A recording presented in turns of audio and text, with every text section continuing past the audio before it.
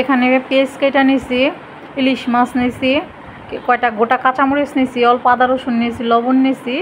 আর আমি মাছটা আগে থেকে ভালো করে ধুয়ে লবণ দিয়ে রাখছিলাম। সাথে এখানে আমি তেল নিছি।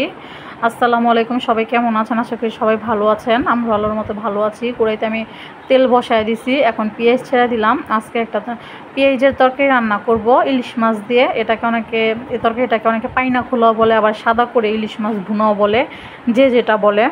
আজকে এভাবে করে কাঁচামরিচের উপরে আমি তরকারিটা রান্না করব। আর এদিকে এখন পেঁয়াজটা আমি হালকা ভাজা নেব, বেশি ভাজবো না। আর আমার এদিকে পেঁয়াজটা একটু ভাজা শেষ হয়েছে, এখন আমি লবণ দিয়ে দিলাম। অল্প পরিমাণ আদা রসুন দেবো, কারণ ইলিশ মাছে বেশি আদা রসুন দিলে ভালো লাগে না, ইলিশ মাছের গ্রানটা কমে যায়। আর এদিকে আমি কিছু কাঁচামরিচ দিয়ে দিব, এই যে লাল আর সবুজ কাঁচামরিচ একসাথে মিশিয়ে নিছি, যাতে তরকারি কালারটা অনেক দেখতে সুন্দর লাগে।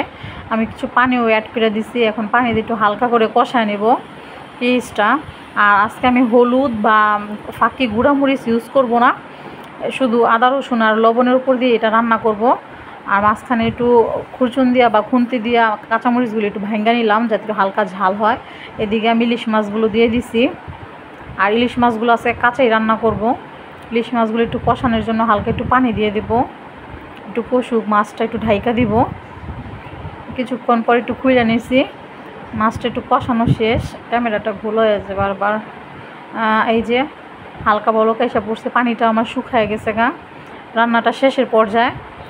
এখন একটু ধনিয়া পাতা দিয়ে দিলাম, লম্বা যে ধনিয়া পাতাটা আছে, বিলাতি ধনিয়া পাতা, ওই ধনিয়া পাতাটা দিয়ে দিলাম। আমার রান্না শেষ, চুল অফ করে দিছি।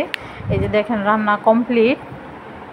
ইলিশ মাছের তরকারি ভুনা বা পাইনা খোলা, যে যেটাই বলেন। আজকের ভিডিও পর্যন্তই। আল্লাহ হাফেজ, সবাই ভালো থাকবেন।